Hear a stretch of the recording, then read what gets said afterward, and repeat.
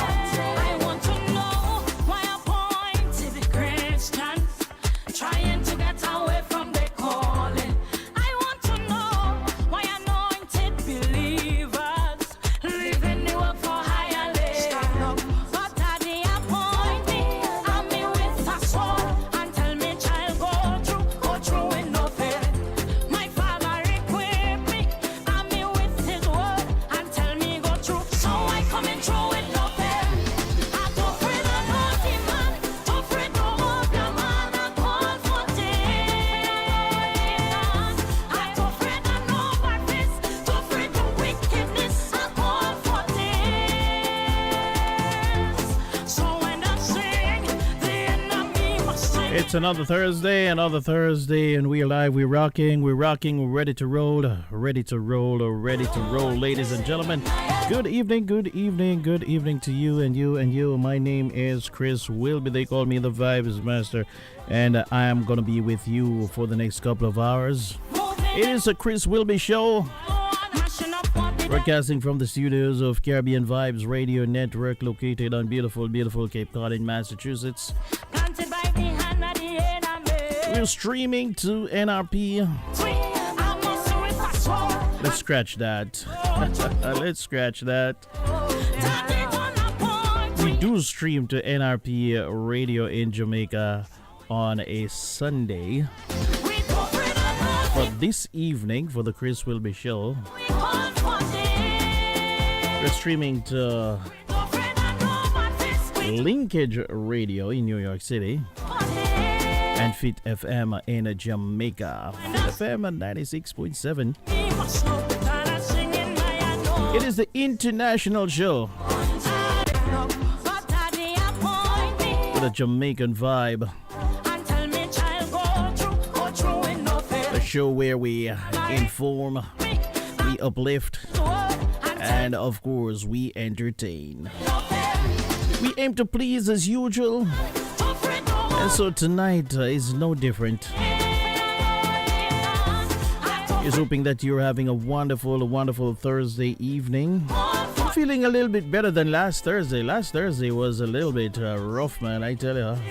For some reason, not feeling so tired this week, so I think I got some rest. So yeah, we're in good spirits. We're in good spirits this year, Thursday. So welcome everybody. Welcome. Those of you tuning in on YouTube, don't forget to share the link. All right. With that said, let's get the show on the road.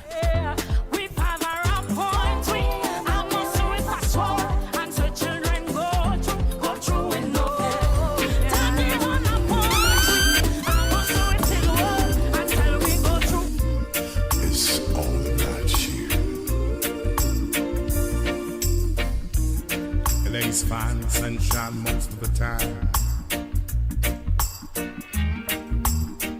and the feeling is laid back. Palm tree road, rent so low, don't you know?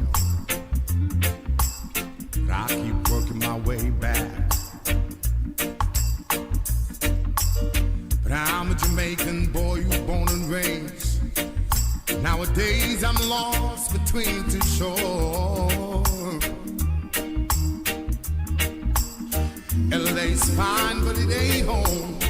New York's home, but it ain't mine no more. I am myself to no one there, and no one heard at all, not even the chair. I am my pride. I am said and I am lost, and I can't even say why. Leaving me lonely still. Did you read about a frog who dreamed of being a king? And they all became one, except for the name. A few other changes to talk about me. The story is the same one. But I've got this emptiness deep inside, and it won't let me go.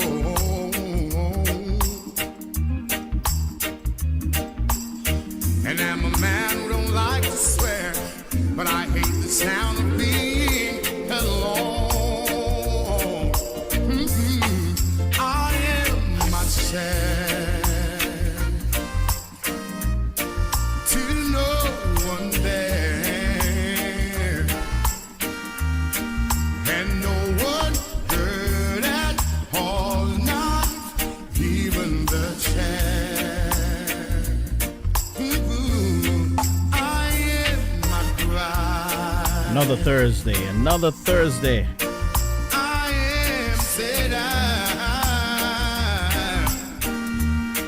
then I am. Ladies and gentlemen, good evening once again. Good evening, good evening. How you all doing this evening? I am here. I am here another Thursday. And I am ready to go. Are you? Are you ready to go? We'll have that topic later on in the show. But we're going to play some disco music this evening. Yeah, I'll play some disco music this evening. I hope that you're going to put on your dancing shoes and get ready to rock, because we're going to go back to the 80s. Yeah, the 80s, when some of us, some of you listening might not have been born yet, or you're just a toddler then. Yeah, but we're going to give you some disco music this evening. But you know, I want to start the program off this evening with some news. We're having the State of the Union. We're having the State of the Union. And I don't know if the State of the Union in America is strong, you know, because while the economy, I think it's the same issue we're having in Jamaica, you know. We have the economy in Jamaica. The macro economy is structurally sound. And I think that's the same thing that's happening in the United States also. And the voters are not really happy. The people are not really happy about the state of affairs. And one of the things that people tend to look towards is the price of food, the basic food items. And ever since COVID left us, food item has skyrocketed. A lot of people got pay raise all over the globe.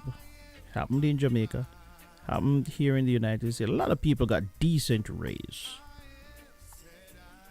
But what happened to that raise? Inflation took a big chunk out of it. And people are unable to survive. You know?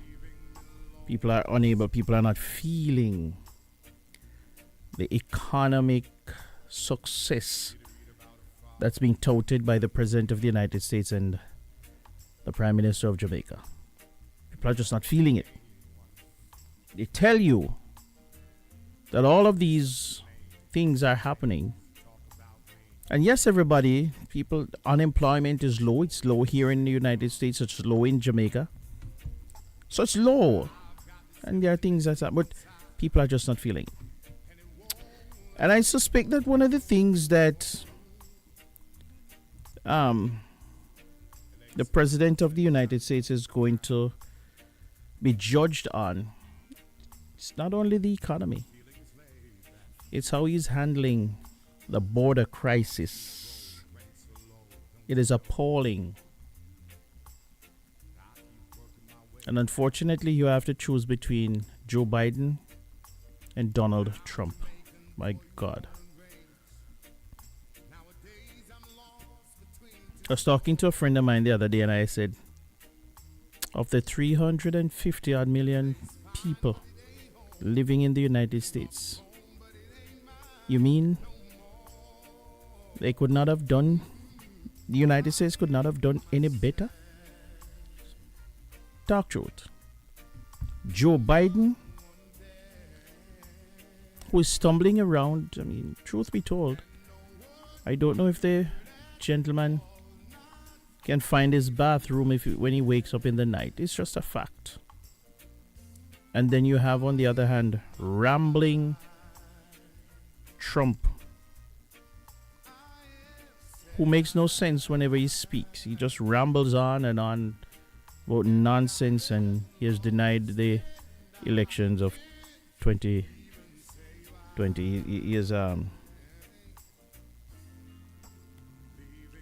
He has not accepted that he has lost. I see some of that spilling off into Jamaica right now.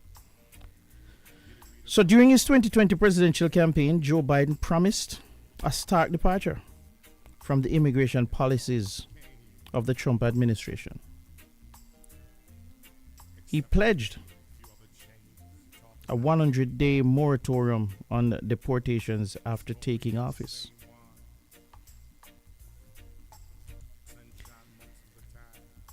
Mr. Biden also went on to promise to protect sanctuary cities from federal law enforcement agencies, and he harshly criticized the Trump administration's treatment of undocumented immigrants at the southern border.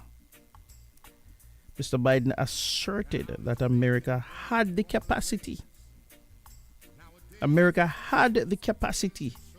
to absorb people, while calling on asylum seekers to surge to the border.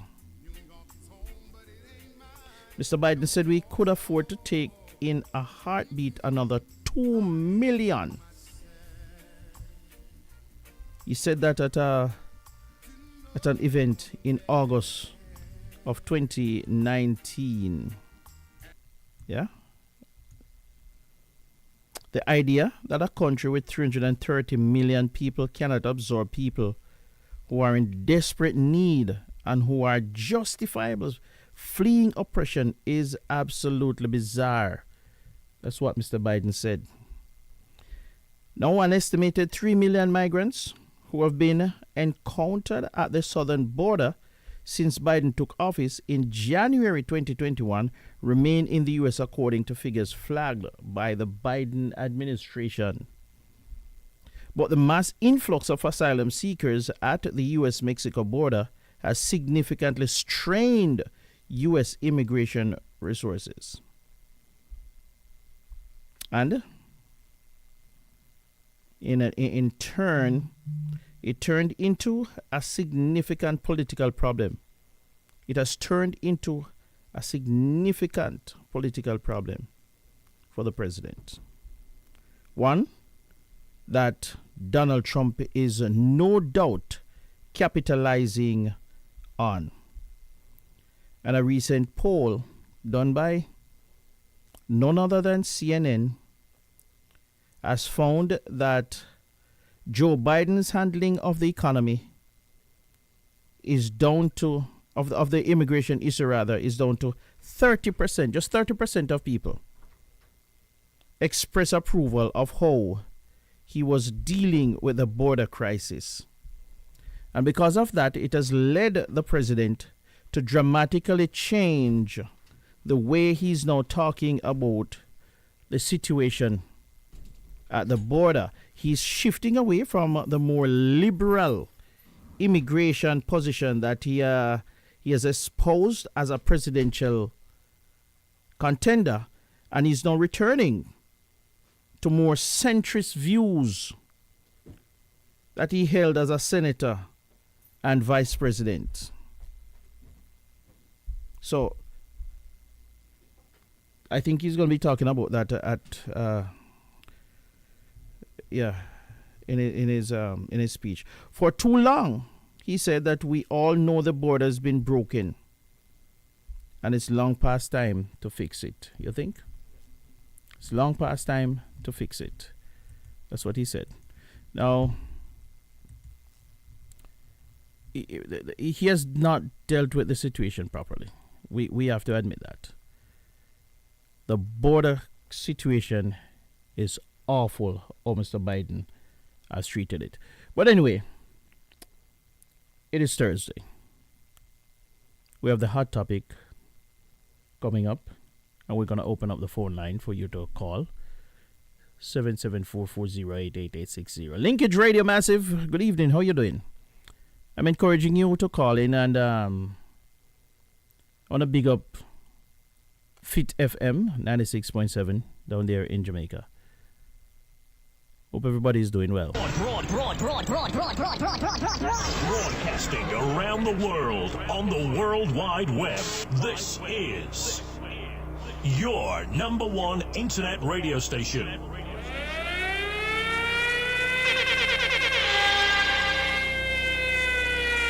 Hi, this is Reverend around the Dr. world from St. Thomas, Jamaica, and I'm listening to Caribbean Vibes. Is your number one internet radio station. The music you love right here, right now.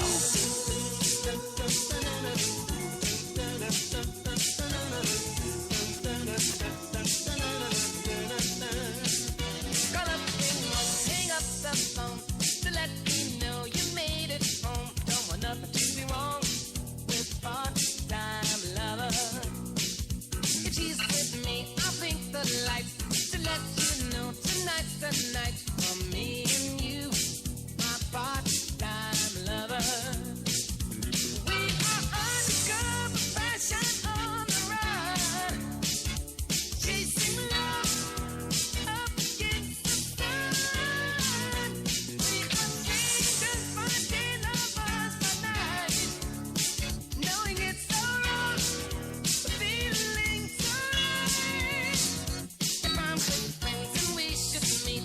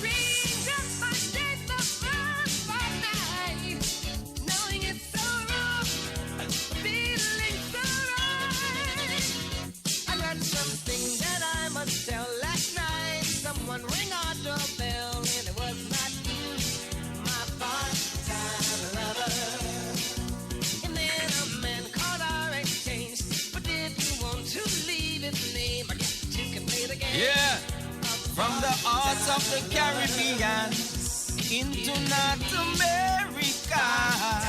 Yeah, this is Talmudilla representing for Chris Whilby and KVR Radio, Caribbean Vibes Radio with the Vibe Mask. Yeah, man.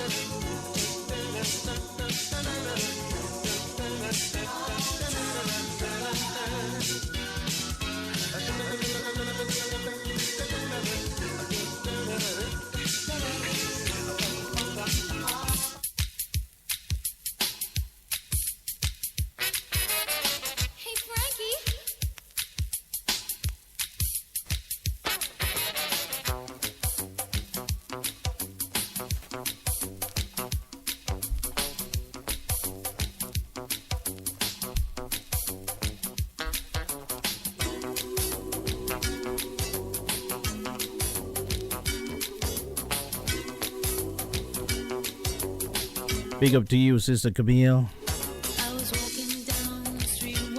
Sister Yvette, good evening to you. Sister Cherie and Green. What's happening, family? You're good?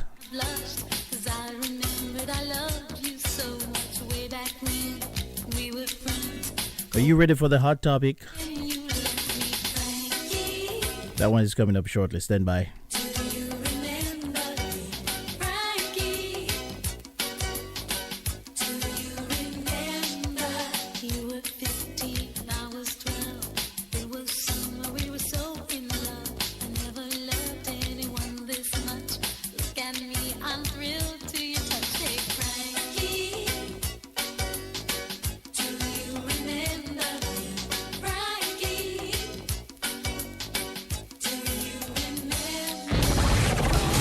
Station with the best music. Best music. I love the music. Best music.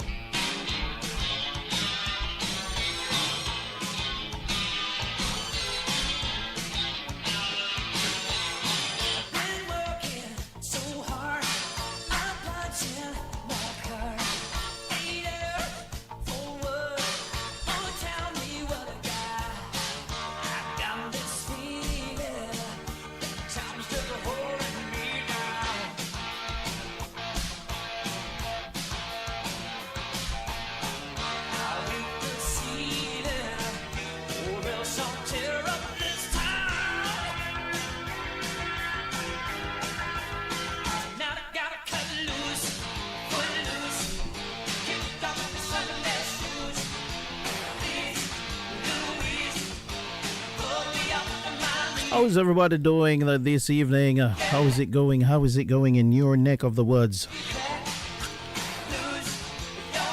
It is the Chris Whilby Show. where information and music exist in harmony. It's an international show with a Jamaican vibe. Broadcasting live from Caribbean Vibes Radio Network. CaribbeanVibesRadio.com. That's www.caribbean with a K. CaribbeanVibesRadio.com. Covering the globe like no one else can.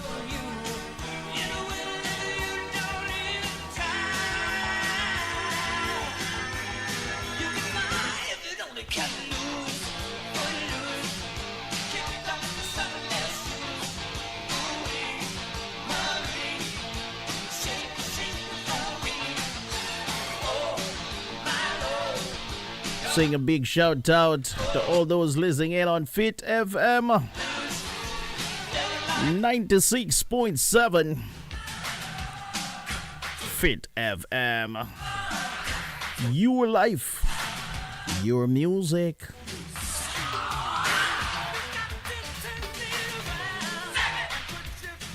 Oh, people, come on, let's go.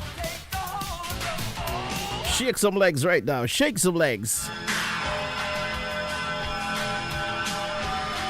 As we get ready to give you what's going on in the hot topic.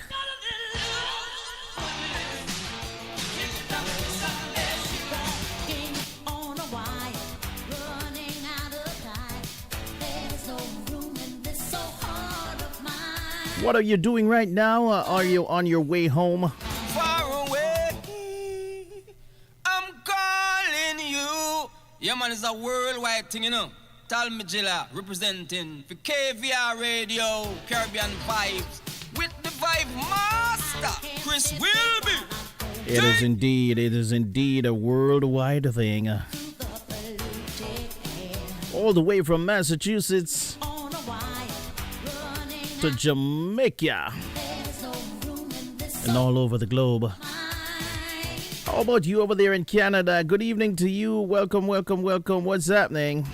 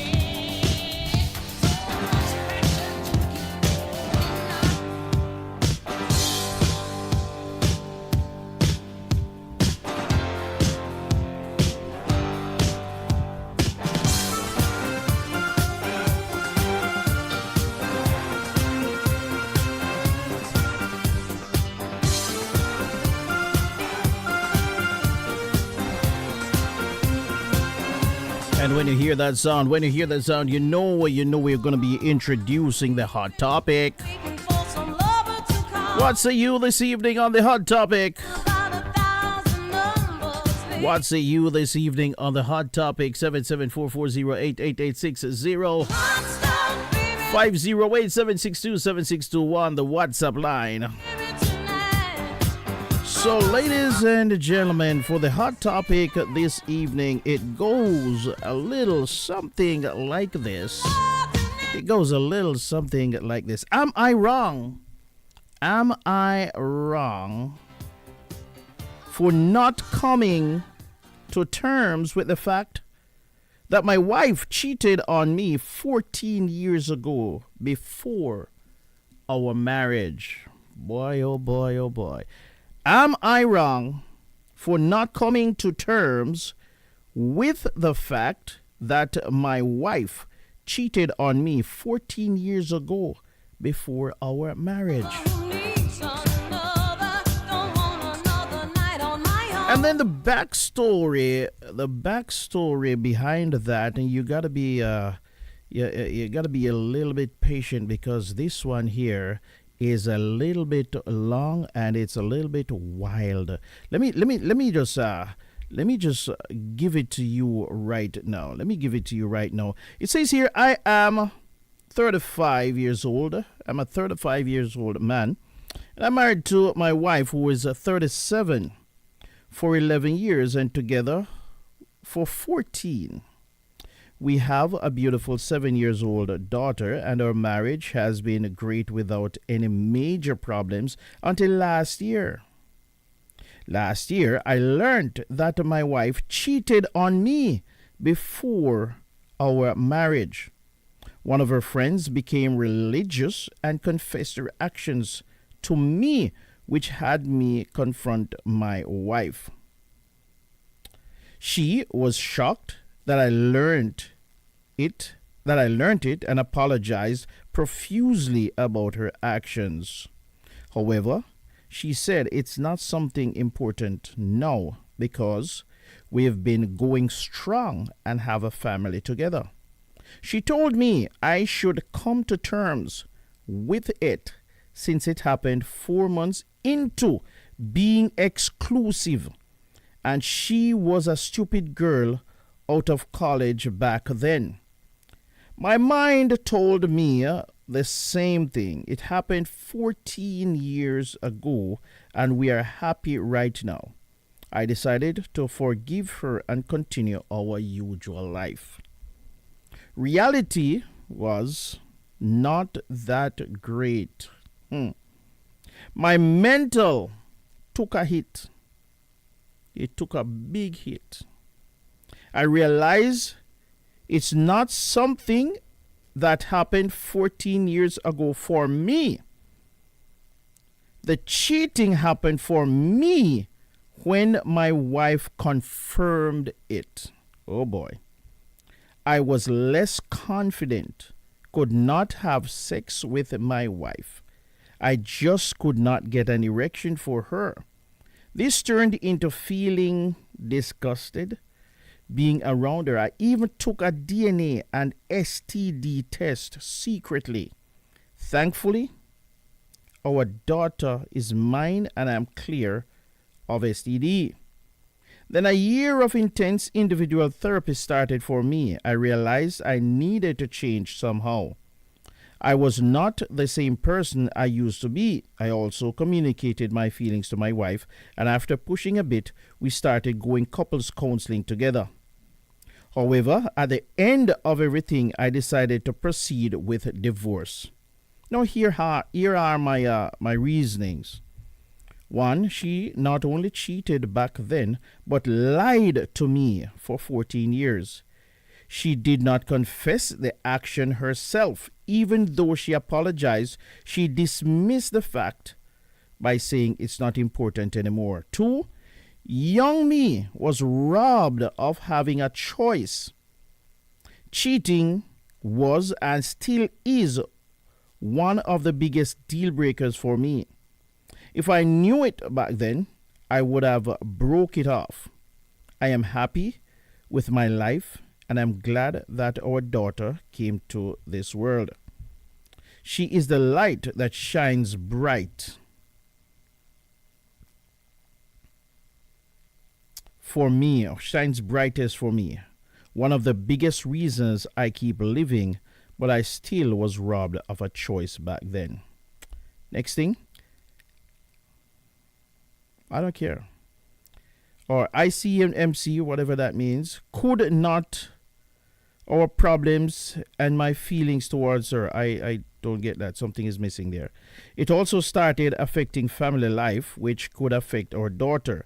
I think our daughter would be better off having us as co-parents instead of living in a broken family environment where consistent arguments are present. Next thing, sex life is basically dead for me. We do not have sex, but I feel like those women on film series that just lay. Oh, it says we do have sex, but I feel like those women on film series that just lay and look at the ceiling and waiting for it to be over. The only difference is that I am the man. I do not even want non-sexual gestures anymore. And it goes on and on. I think there's another. So anyway, he said that last week he had a sit down with his wife and explained everything. And he wrote all of the reasons down on paper and all of that. So he's asking the question, was he wrong? Was he wrong for not wanting to stay in this marriage or not forgiving her? It was 14 years ago. He just found out. She has not cheated since. It was a few months into the relationship. What's your take on the topic? It's 508-762-7621 for the WhatsApp line and 774-408-8860. 774-408-8860. What's your take? Waiting for some lover to come.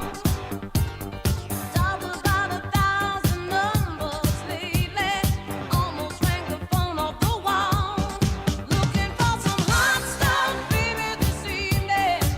I need some hot stuff, baby, tonight. I want some hot stuff, baby, this evening. Who's going to be the first to give me a call at 774-408-8860? What's your take on the topic?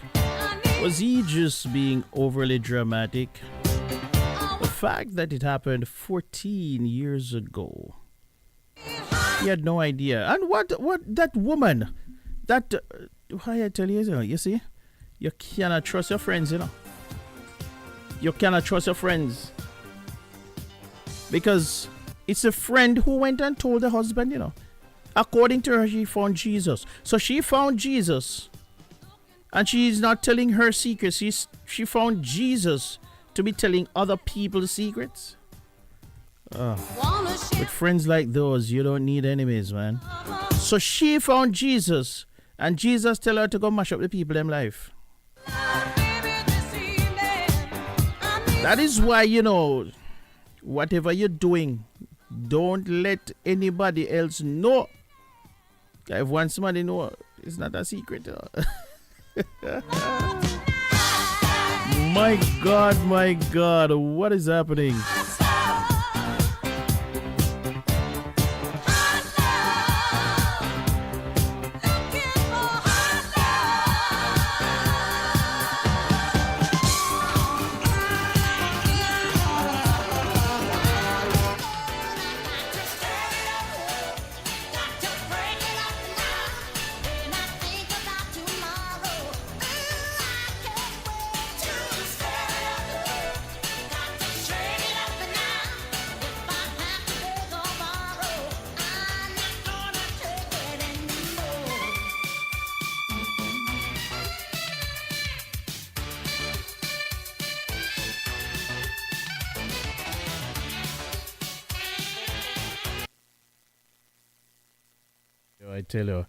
I tell you, man.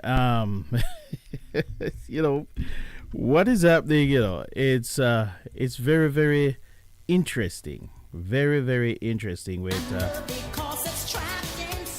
what's happening.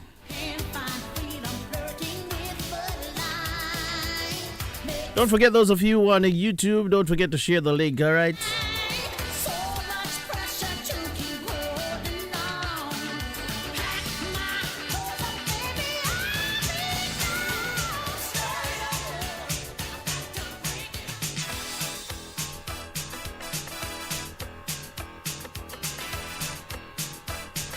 It was 14 years ago. 14 years ago. He cheated. Well, she cheated, rather. He had no idea. She was going to take it with her to her grave, obviously. But then her friend found Jesus and thought it was her business to confess. I don't know where in the Bible she found that thou shalt confess your friends' sins to their husbands. I don't know, or to their partners. I don't know where in the Bible. I have to search and find it, see if I can find it. Where in the Bible did it say you can confess other people's sins to their partners? Well, apparently she wanted to confess. I wonder what else she confessed. And you can bet she did not confess her sins, to her husband, But she confessed this sin and break up this relationship, this happy couple. Can you imagine?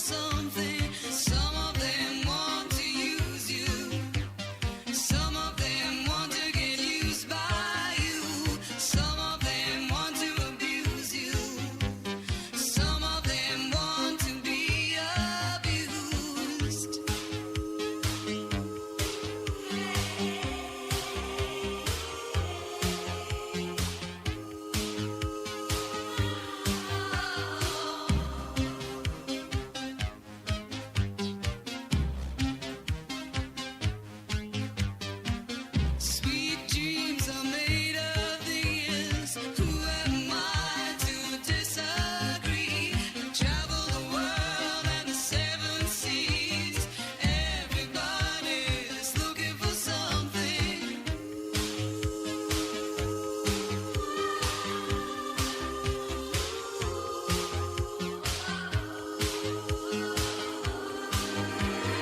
Hold your head up, keep your head up, moving on. Hold your head up, moving on. Keep your head up, moving on. Hold your head up, moving on. Keep your head up, moving on. Hold your head up, moving on. Keep your head up.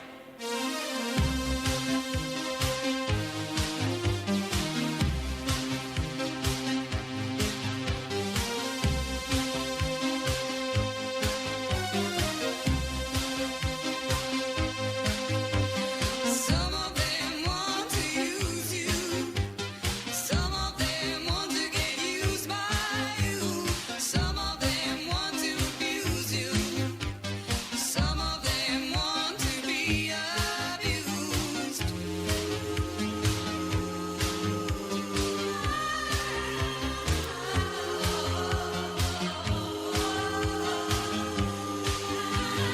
Hold your head up, keep your head up, moving on. Hold your head up, moving on. Keep your head up, moving on. Hold your head up, moving on. Keep your head up, moving on. Hold your head up, moving on. Keep your head up.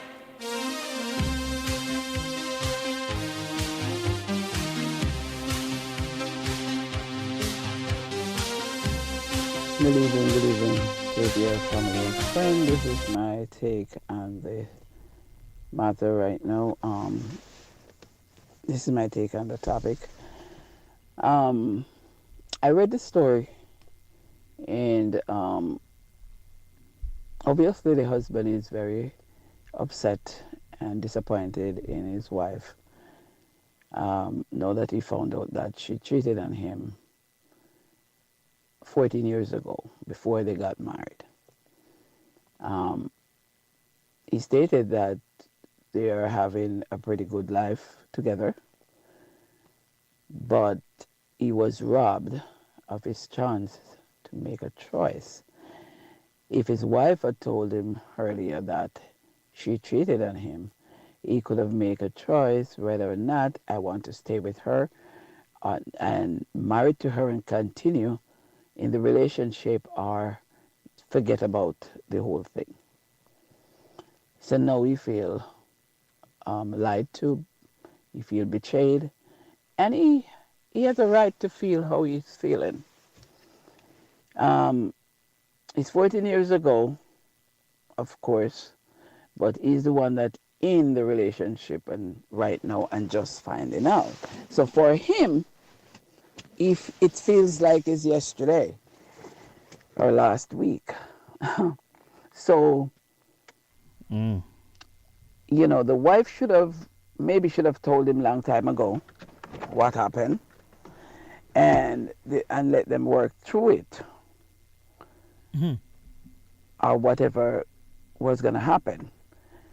But she didn't. So now he feels betrayed. And he feels like he wants to end the relationship. In this case, to each his own.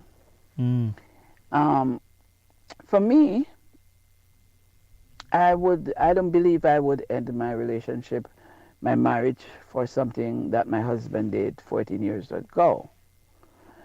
If we're in a good marriage, a good relationship, you know, I would try to talk through it and continue on with my life. However, obviously, that's not how he feels. He feels like he should end the marriage right here, right now. So, again, you know, to each his own. If that's what he want to do, then that's what he want to do. But that is my take on the topic. All right, thank you.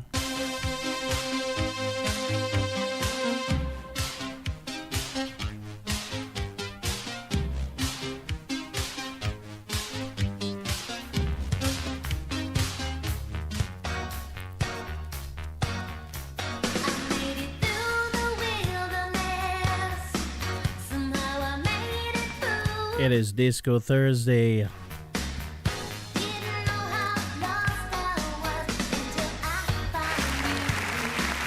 This is Simone Murray, director of Unite Jamaica People, and you are listening to The Chris Whilby Show on Caribbean Vibes Radio.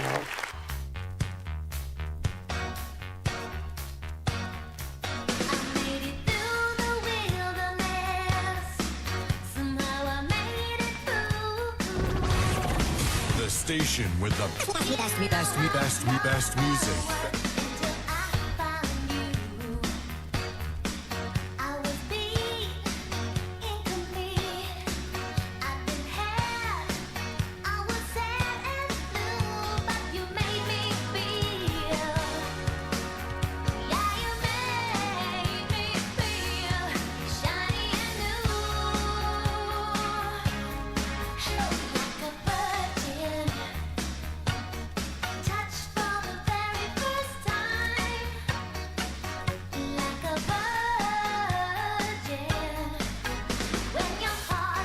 It is interesting, it is interesting with the topic where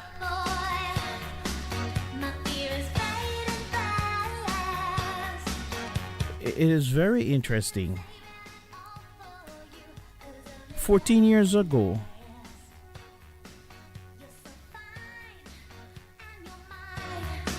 how many people would want to continue on into the relationship? How many people would want to continue on into the relationship though?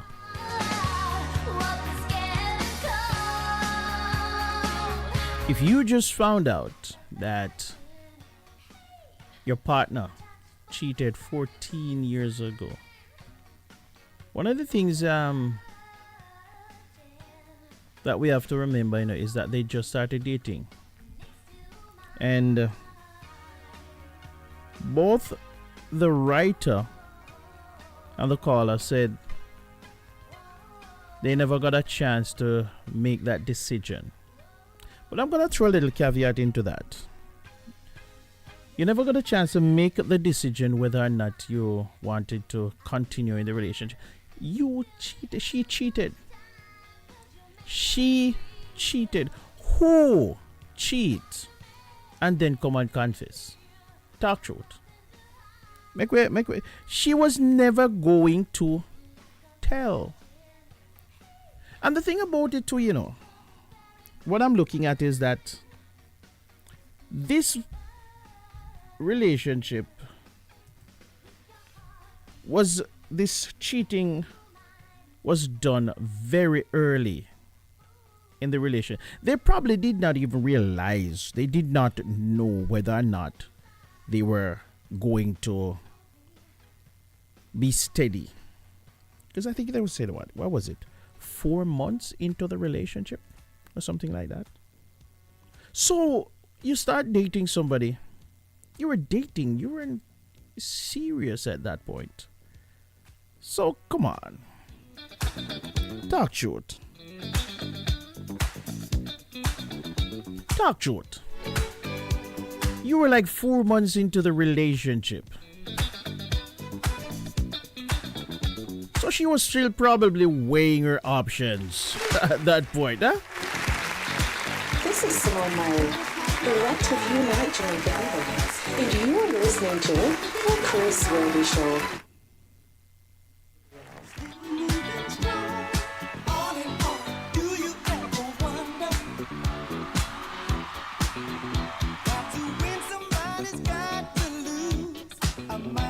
The lady was shopping around at that point. Where have I heard that phrase before? She was shopping around at that point. So she wasn't taking anything too seriously. So afterwards she realized, this guy, he's pretty serious. I'm gonna stick with him. But she was still weighing her options. What?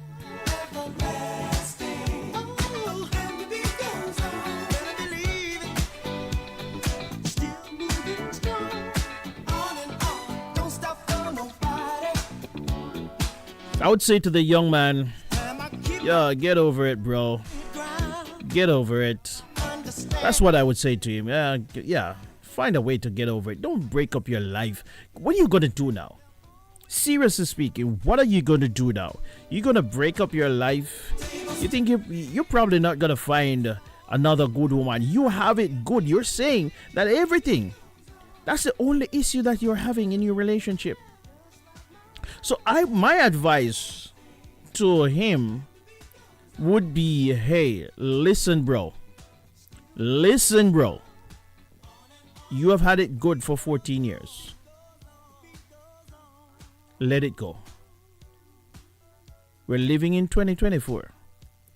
It's not easy to find a good woman. It's like going through, trying to find a needle in a haystack. So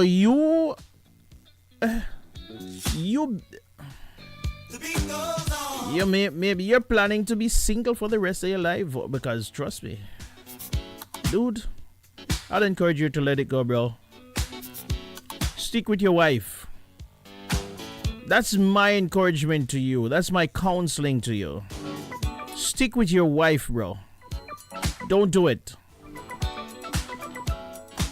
Don't do it. If that's the only problem, that she cheated when you were 4 months into the relationship, that was 14 years ago. That's the only problem. I tell you, if you know some problems that people are going through and they are sticking with it, and that's your only issue, you're soft, man. Come on, man up. Your pride is taking a hit. Your mental is taking a hit. Come on, man.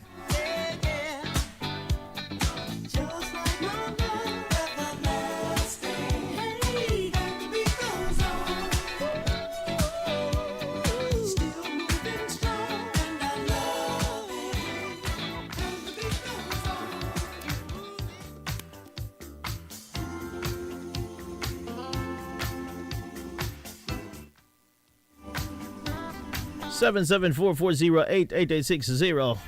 774408860.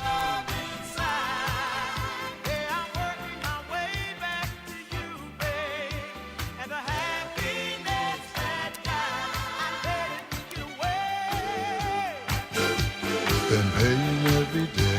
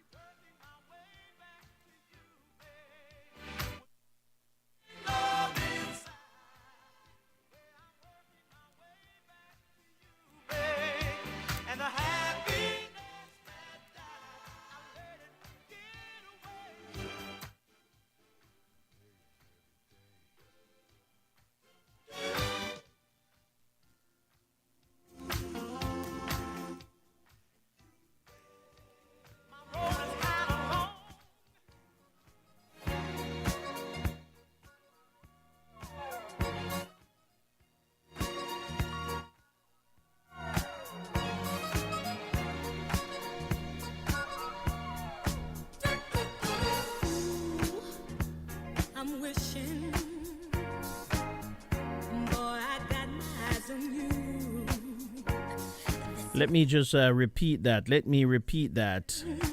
Adam Skill Cole is saying that he has not seen the Bob Marley movie. Adam Skill Cole was a friend of Bob Marley when he was alive. And he is saying that the movie, a lot of what is being portrayed in the movie is nonsense and it did not happen. He said he was with Bob Marley for a very long time. He was a friend. He helped him through some things. He wants to set the record straight. He said a lot of it is fictional. So he's not going to watch the movie anytime soon because he thinks it's rubbish. I'm paraphrasing. But I'm going to play that clip for you in just a moment. Stand by. Alan Skill Cole.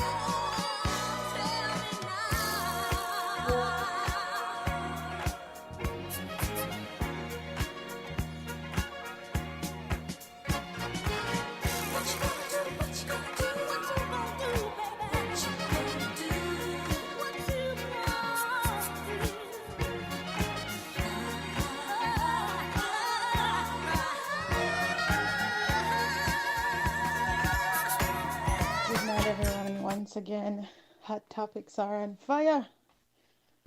Hot topics are on fire, I tell you. I gotta say, with this one though, I'm sorry, but this is cheating. Any which way you take it, slice it, look at it, this is cheating. She might not have done anything physically, sure, but there is emotional cheating. There is, they call it these days, like technologically cheating.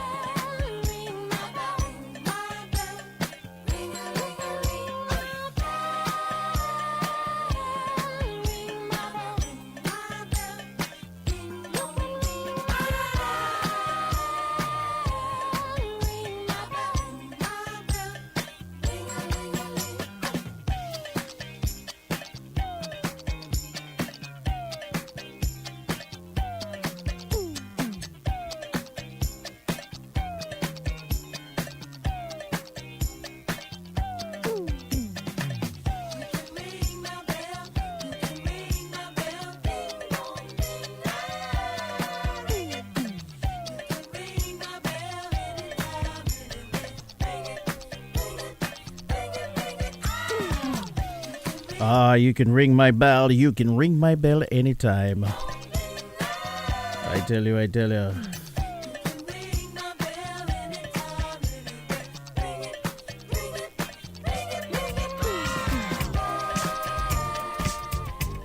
said upside down, you're turning me. You don't give me love instinctively. Round and round, you're turning me. Upside down, boy, you turn me inside out and round and round.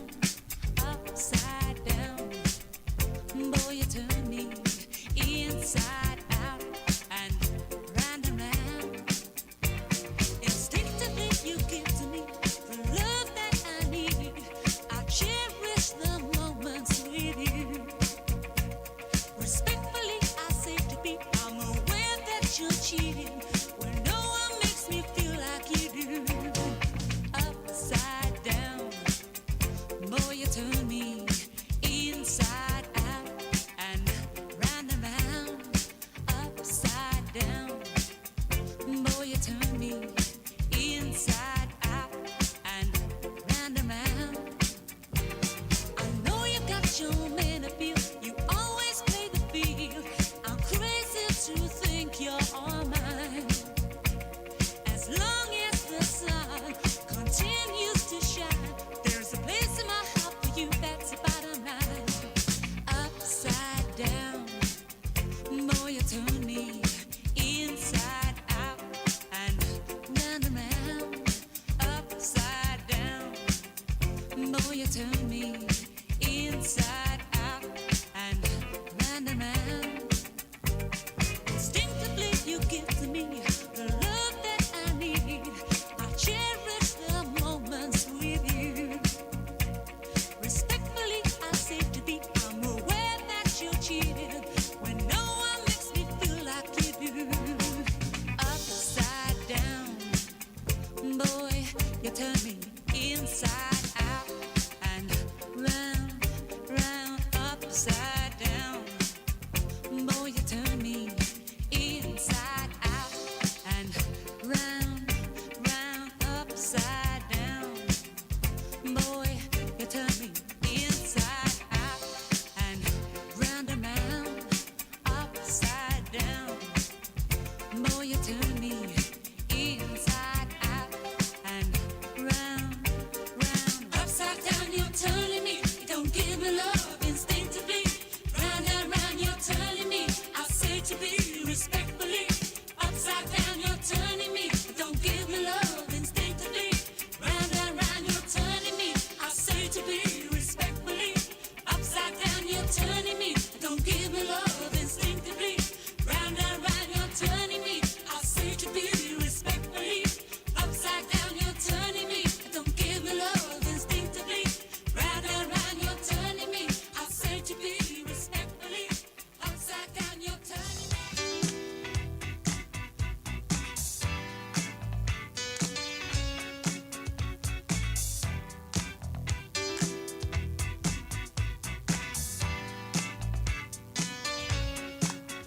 Good times. These are all good times. Leave your cares behind. These are the good times. Good times. These are the good times. All blue state of mind. These are the good times.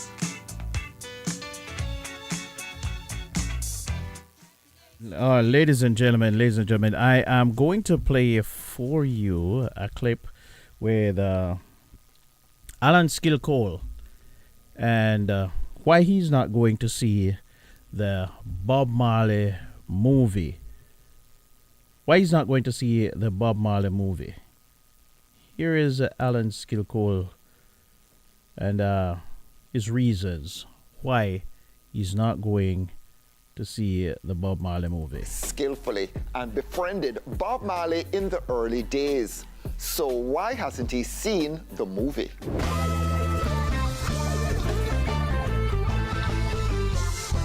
Alan still called one of Bob Marley's earliest friends, called a teen football rising star when they met. Marley posts simmer down, increasingly drawn to Mortimer Plano and his Rasta preachings. You see a tree grows, and sometimes you wonder, how did this tree evolve like that? Some guy had to water it, and there are people who did a lot of work with him, on him, to make him become more vibrant. Are you saying you're one of those people? I think I was one of those persons, and another person who did a lot that we don't mention about is a man called Mortimer Plano. Mortimer Plano used to tell me years from the 60s, he says his lyrics are going to make the world go crazy. Mortimer Plano just told me that from 1969. But no, he hasn't seen Bob Marley One Love. No, I didn't, because I don't think that the movie would have projected what the true essence of what Bob Marley is all about. Unlike photographer Neville Garrick, Cole was not retained as a consultant by the movie's makers. Same question you asked me, I would love to have that answer myself. I was the closest person to him, and I know his history more than anyone else. I knew so much about him, we spent so much time together. Things that we share, I don't think nobody knows. Were you ever on the Bob Marley payroll? Never. I was the only man that was never on his payroll, and he would tell his mother and some of my friends that I'm the only person in life that he can't pay back. Cole expressed surprise that Marley's former girlfriend and baby mother Cindy Breakspear had been virtually left out of the film. Because she was such an integral part of his life during that time. And it was an affair that was really, it was real because I was there, I was in the middle of it, and I saw it all happen. And it was real, and it was something special. How much was he energized by that relationship? Knowing him and being there, I think it was one of his most amazing part of his life. But Rita was the big female presence in his life, the mother of so many of his children and the person whom he married. Well, of course, that was his first love. Marley would go around and tell people that he wasn't married. It's a story that he tells all the girls. He's seen on national television, the interviews. And I would always say, he's going to haunt you. Yes, at first she was his first love, to be frank. And she did a lot for him too. And same can be said about Cindy. After that went sour, I think he found comfort in her, and she helped him with his coming to fame. I remember the tabloid, they said, The Beauty and the Beast. And it was, people were curious. Marley wasn't that a star at that time. He was just rising because we were there coming on with him. So I think that helped to create that image of a Rasta man. Who is this Rasta man? Miss Rhodes said, he's my boyfriend. So I think that helped with his career. And he accepted, he knew it. But the type of individual he wasn't that type of guy who would get, he was excited about certain things. When Cindy went public recently and reminded people of the times Bob Marley and herself were together, did you see what she said? Yes, I got it. They said to me, I think it's appropriate. I don't think anything is wrong with that because she spent a lot of time with him, and I think of all this affair, I think that most of his time, and there were good times. So I think nothing is wrong with that. What has been done cannot be undone. But she was raked over the coals on social media for what she said. I think a lot of people don't understand the history, where it's coming from. Most of these, I read some of the comments, and this is very sad because these people who are making these comments, they weren't even around. They don't know the history. And to me, it's a bit carnal, the things that they say. It's not doing her justice. I mean, I think to me, it is bitter, and it's totally not acceptable. Michael Abrams, in a Gleaner column this week, agreed. I post my articles, and they're often about very serious issues. For example, political corruption, childhood trauma, violence. I'll tag a lot of people and probably get moderate responses. I reposted her post. I didn't tag anyone. And it was over 1,000 all over the place.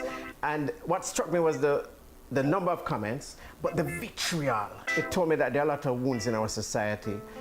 And a lot of it that I saw had to do with gender bias, human relationships, and fidelity. And the color class issue, the color issue, is what I noticed a lot of. What, that she's light-skinned and so because she's light-skinned she's entitled? And why is she in this picture when really it's Bob and Rita's story? Is that what you're saying? There was a lot of that. Some people called Bob out for what he, his extramarital relationships, whatever. But the bulk of the vitriol and the nastiness was directed at Cindy. And I found that to be really unfair because it's as if men get a free pass. And the irony is that much of the nasty comments came from women. Anyway, you saw the movie. Did you like the movie? I loved the movie. I loved it very much. I find that a lot of the critics hadn't even seen the movie. As for Skill Cole, he doesn't plan to see One Love. From listening to what people who went there and describe everything to me, and the clips that I got, and I got the clips that you saw. It's a make-up story. I was dismayed about all of that, so that really didn't keep me away from it. For instance, what was made up? What was make-believe? I think the box, that box that I saw on the clip, that she boxed him, it's just totally misleading and erroneous. I also think that the script that I saw, that when they were talking about a group called the Solettes, Solettes was a group, I know about Solettes. They couldn't even sing, they didn't even have a hit song, they didn't have a song that went on hit parade. For you to come out and say you left your group to do this and do that, I think it's a bit misleading for people who didn't understand the whole history of what transpired then. But you understand why the movie was made. The movie will serve a useful purpose. It is going to be a hit because what they're going to project to the people, majority of the people who are going to see this movie don't know nothing about Marley. They're just going to see what you have to tell them about Marley, so they will gravitate to that. Do you think Bob Marley would enjoy this movie even though you didn't see the movie? I think he would have been totally upset. Why? There are a lot of lies. Can you tell me one lie? That box is unbelievable.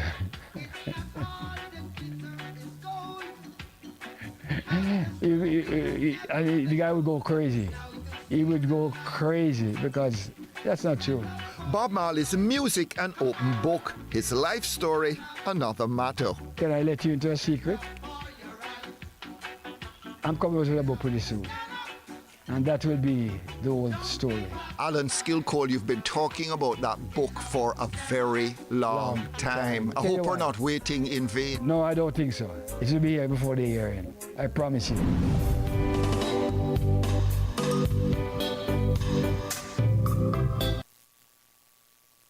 Interesting developments there. So that was an interview done by TVJ, and it's interesting. I hear a lot of things. I hear about it, you know.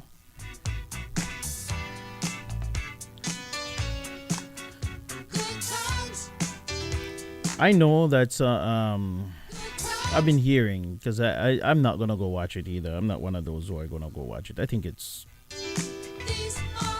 yeah. That's Alan. I am with Alan, and I have been with Adam before I knew Alan was where he is. You know what I mean? In other words, before this interview, those were my exact thoughts. So he's not alone.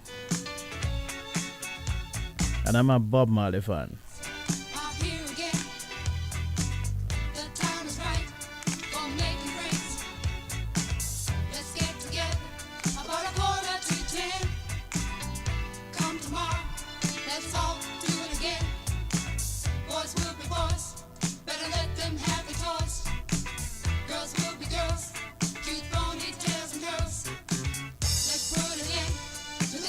Strike. I think I want to live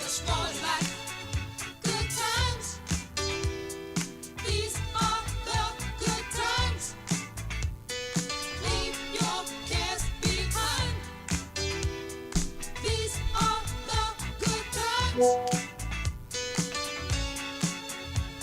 times. These are the good times. All through the state of mind. These are the good times. A fool that has that it's getting late. Time marches on, just can't wait. The clock keeps turning, why hesitate? You silly fool, you can't change your fate. Let's cut the rug, little child and jitterbug. We want the best, we won't settle for less. Don't be a drag. Good night, good night, good night. This topic is loaded tonight. I have to say, as far as this guy goes, I think that, I'm on his side with that, I think that it's one thing that the cheating occurred 14 years ago, but it's also that you lied about it for the next 14 years. And then also on top of that, he doesn't seem like he's able to move past that. And he's recognizing that what is more healthy for them and healthy for his daughter is for them to actually divorce and co-parent. And he's sharing everything 50-50 and everything like that. So on his part, it doesn't seem like there is much of any animosity or anything like that. I feel like he's really just trying to take care of himself in the process because he's recognized that this issue has affected him in a huge way. And I do support that, he has to recognize, okay, is this something I can live with or is this something that I can't? And he's saying that he can't. And that's okay. Yes, it's 14 years ago. And I agree to some people, yeah, you can forgive that. But not everybody is able to do that.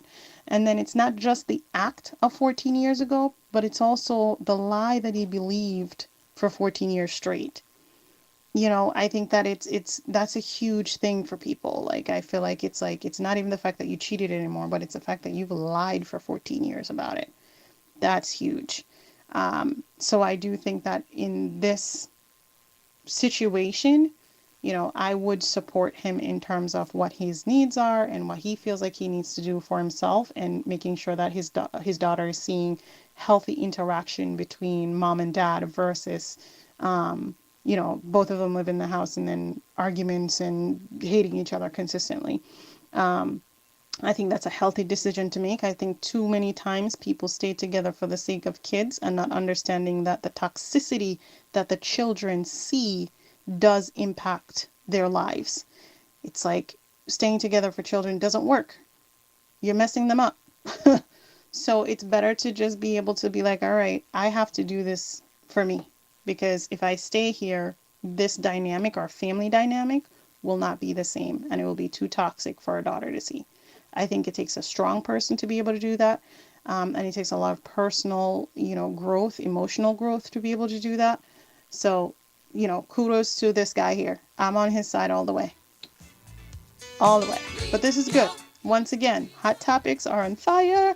Thank you for having me. I hope everybody's enjoying this show and having a good night. Good times. These are the good times.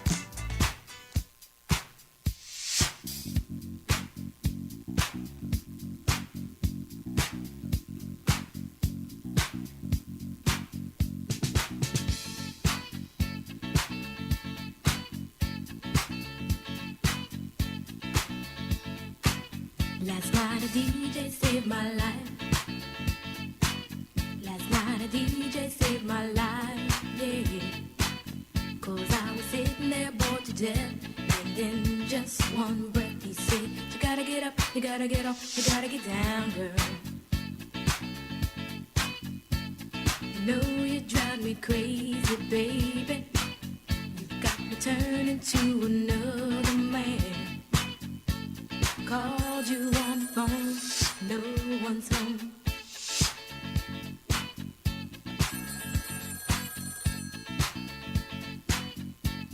Baby, why leave me all alone? And if it wasn't for the music, I don't know what I'd do. Yeah. Last night a DJ saved my life. Last night a DJ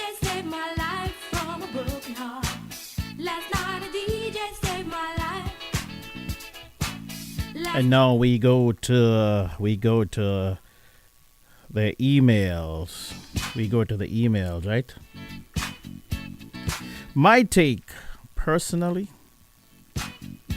I would not have reacted the way he did to something that happened so long ago. It's interesting, that people, different people are seeing it differently. It's very, very interesting, yeah? My take personally, I would not have reacted the way he did to something that happened so long ago. She said it happened 4 months into them being exclusive, but she should not have minimized it by saying it wasn't a big deal. She should have let him process this newly discovered information and humbled herself as she had that knowledge and didn't share it with him. She lied, as he rightfully stated, and seeing that cheating to him is a deal breaker, she needed to give him his space. The marriage itself was more or less uneventful otherwise, so I think he could have approached it from a different perspective. From everything he stated, he tried. It was going to be to no avail. All he thought he had was built on a lie, and he simply couldn't deal with it. Everyone handles the situation differently, and this could have been handled better, in my opinion. Seeing as there was nothing else that he's aware of, he could have forgiven her. Their marriage could have been saved. Interesting. Coming from Camille Taylor there. Interesting. Everybody has a different take on the whole situation there, I tell you. And yeah, I get it that she did not tell him. And you can say that he lied. She lied. I mean, technically, she lied. Well, my take on the whole situation is that, hey, it was 4 months into the relationship. She probably wasn't even sure, as I said before. She probably wasn't even sure they were going to make it at that point. So, she did it, and I mean, I'm not minimizing it. I'm just saying, hey, she did it. This is how I would have processed it. I would have looked at it and said, all right, we just started dating. She probably was trying to figure out, we're young. They said they were just out of college. They're young. Young people do stupid things. Young people make mistakes. Right? So, I personally would have looked at it like, yeah, it's a big mistake.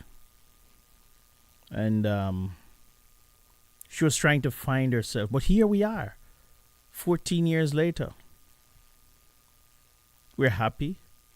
We have a family.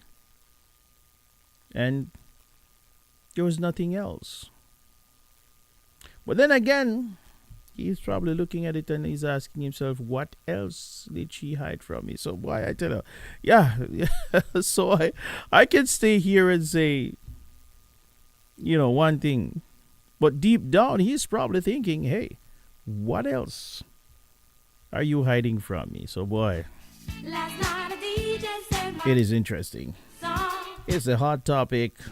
Hey, listen up to your local DJ. You better hear what he's got to say.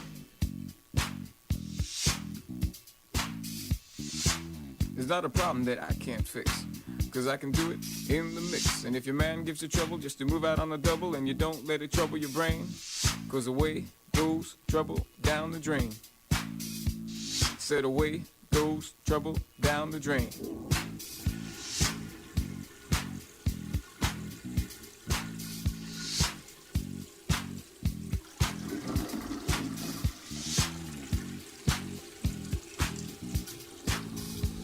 Well, all right.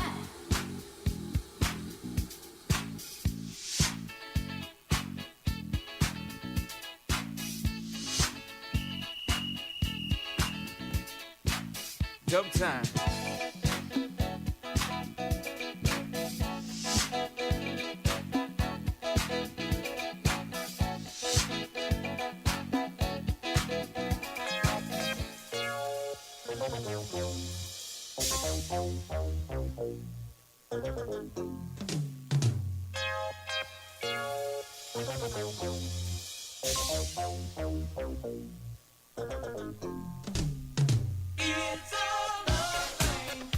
It's a love thing.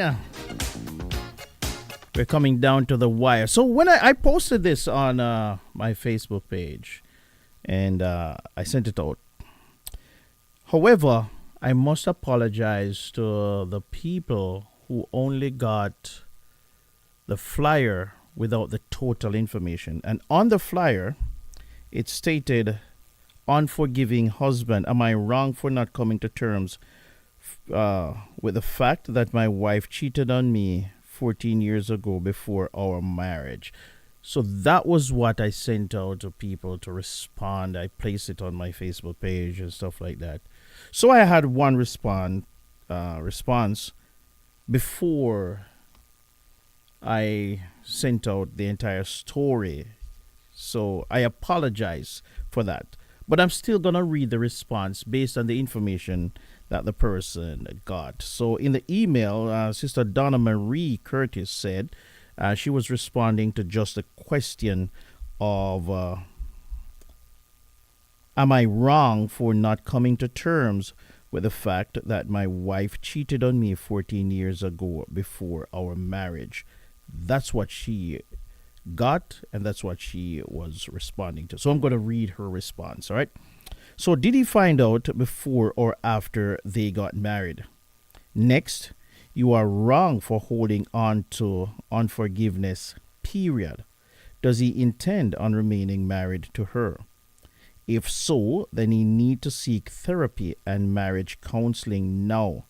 If he decides he is not able to move past the fact that not only did his wife betray him, she robbed him of his right to decide if he wanted to still marry her, and after her act of infidelity, that's if he found out after they got married, and the fact that their entire marriage started out with a lie, he would still need therapy because that's a hard pill to swallow. And let's face it, men don't really know how to process the onslaught of emotions that comes with being cheated on. And she added, the fact that it happened many years ago does not matter. If he is just now finding out about it, it might as well have just happened because the hurt is still very intense.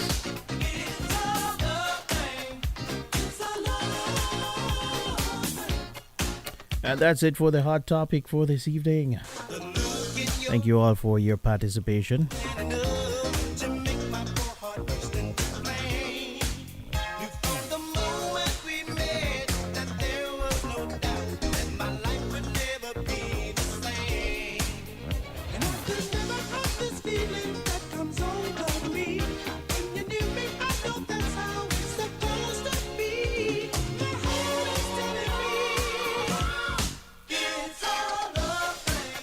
Well, we have Natalie Silvera saying, I am late, but I'm here.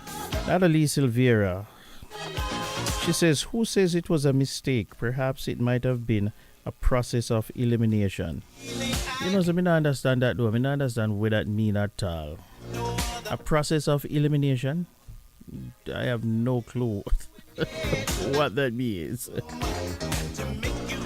Oh, lordy, lordy. So you're saying that it probably wasn't a mistake?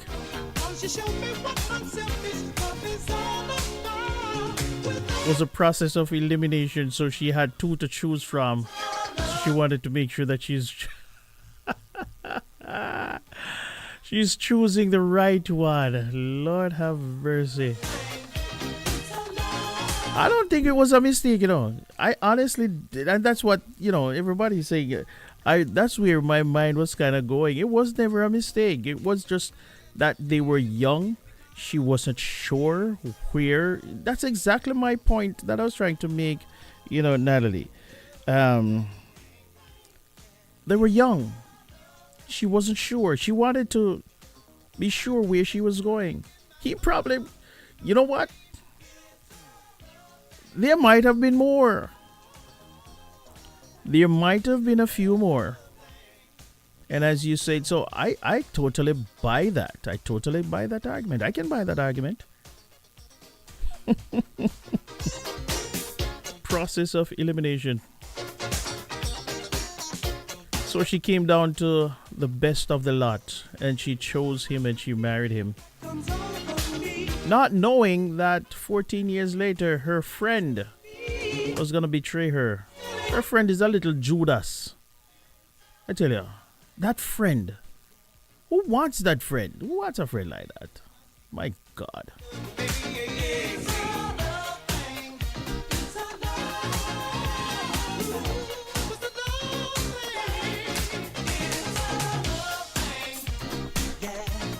I concur with your reasoning, Natalie.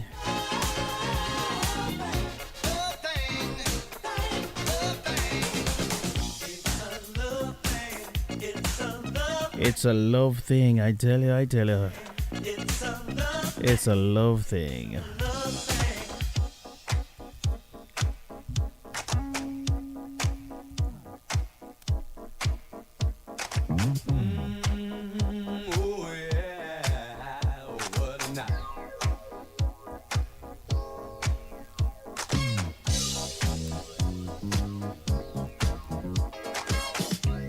What a night it has been, man. In a few moments, we will be wrapping it up. I want to say thanks to all of you who participated. I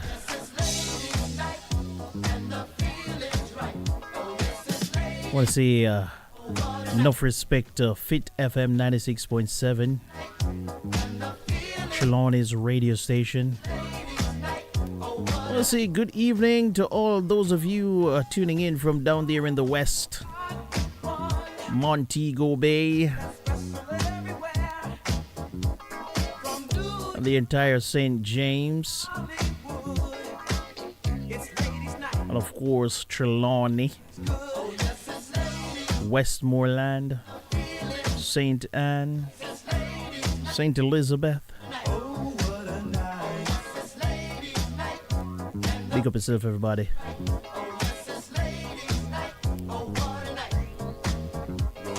I want to give a big shout out to those of you, the hardworking staff at the Iberia Star. Yeah, over there in Lilliput, right?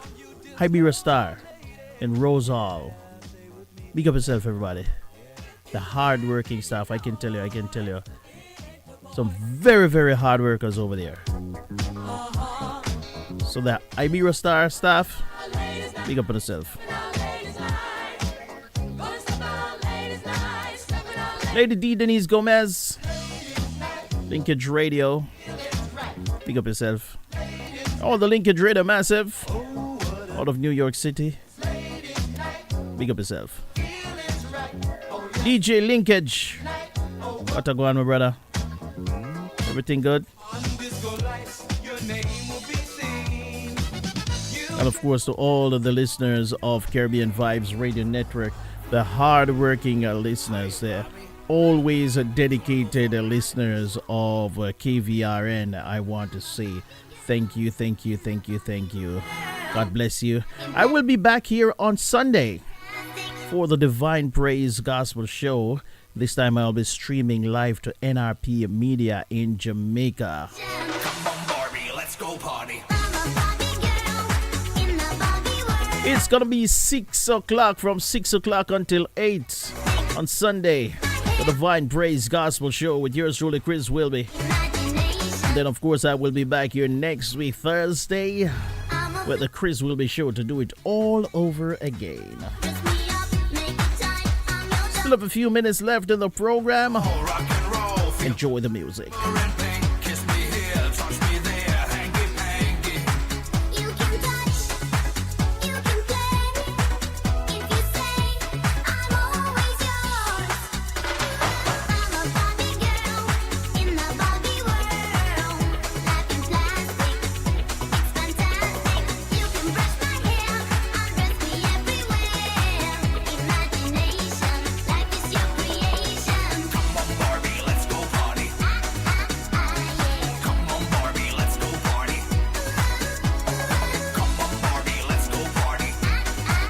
That's my thoughts exactly, Sister Natalie. If the hater, according to Sister Natalie, the hater slash friend,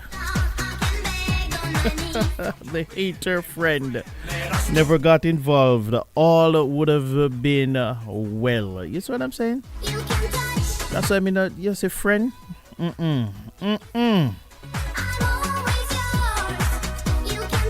That word friend and friendship, it's overrated. Very overrated. You see what I'm saying? So sometimes it's good to be alone there. You know what I mean? You do your thing. No, I don't want anybody to think that I'm encouraging people to cheat, you know. We're all human beings. And I'm not gonna crucify this young lady because she did something. I'm not even gonna say she made a mistake. She did something when she was young. You know? It's just a very unfortunate situation overall.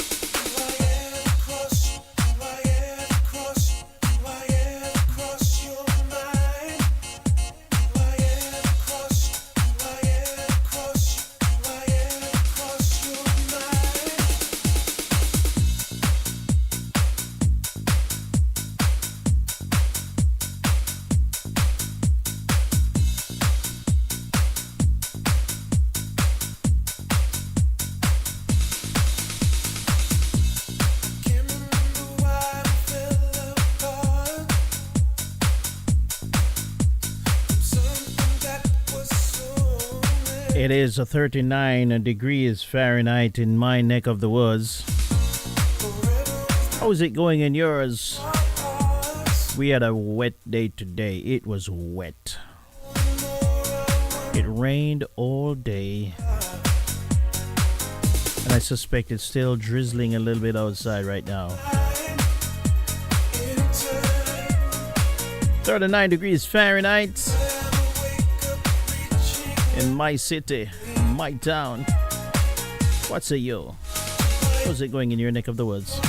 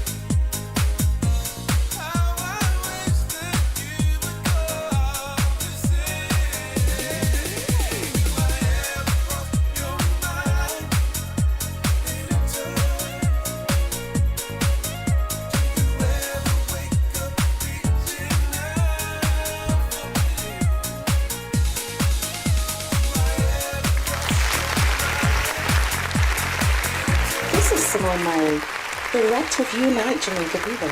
And you are listening to The Chris Whilby Show on Caribbean Vibes Radio.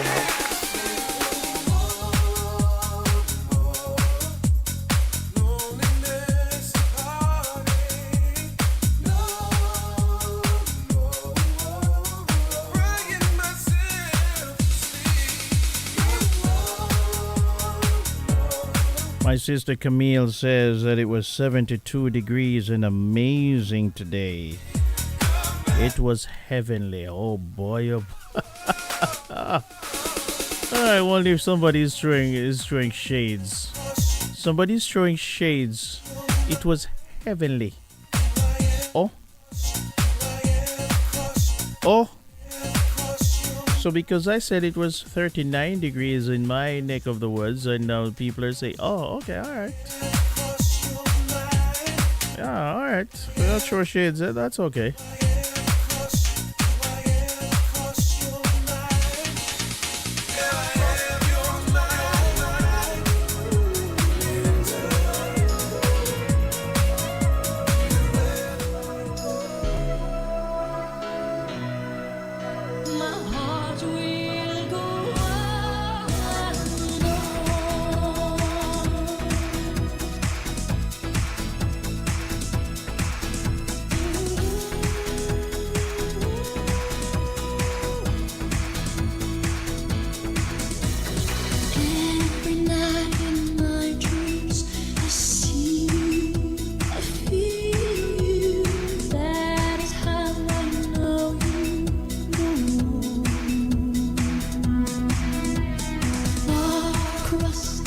distance and spaces between us.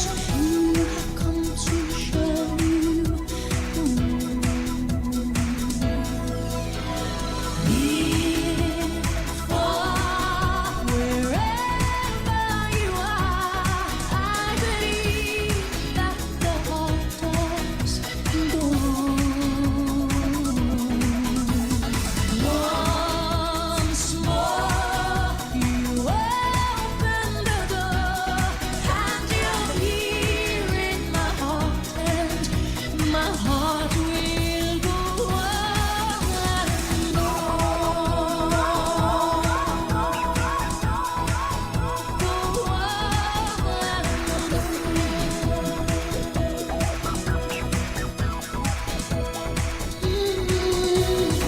Love can touch us one time and last for a lifetime and never let go till we're gone. Love was when I loved you one true time. I hold you in my life will always go on. So let me ask a question, Sister Camille. Was it 70? What's that? 72 degrees and heavenly? Or were you too hot? I don't get it.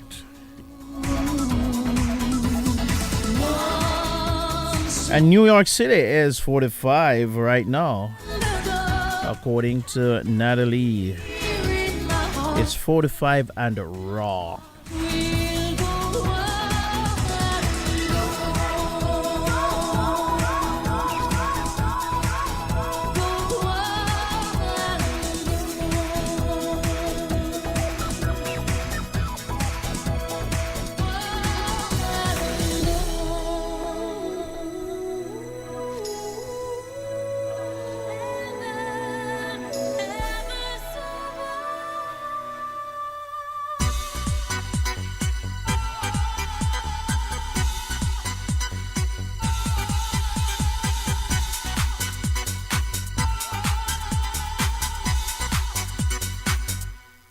How do I get through one night without you? If I had to live without you, what kind of life would that be? Oh, I need you in my arms. Once again, I want to say thank you all. Thank you for making it the Chris Wilby Show this evening. Thank you for spending some time with me. I really do appreciate your company. Without you, there is no me. So I want to say thank you. Here's hoping you're going to enjoy the rest of the night, whatever is left of it. And you are going to enjoy the weekend. We're moving into the weekend, you know. Yeah. Looking forward to it.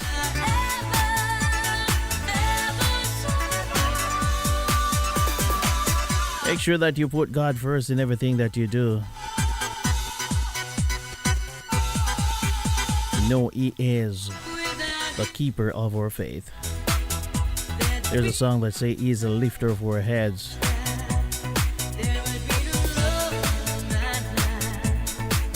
Always remember to look out for your neighbors. Treat your neighbors the way you would want them to treat you. I know that if you treat your neighbors the way you would like them to treat you, this world will be a magnificent place to live in. Until I see you again, take care of your beautiful, beautiful selves. God bless you. And as Miss Lou would have said, wow, good. I'm out of here.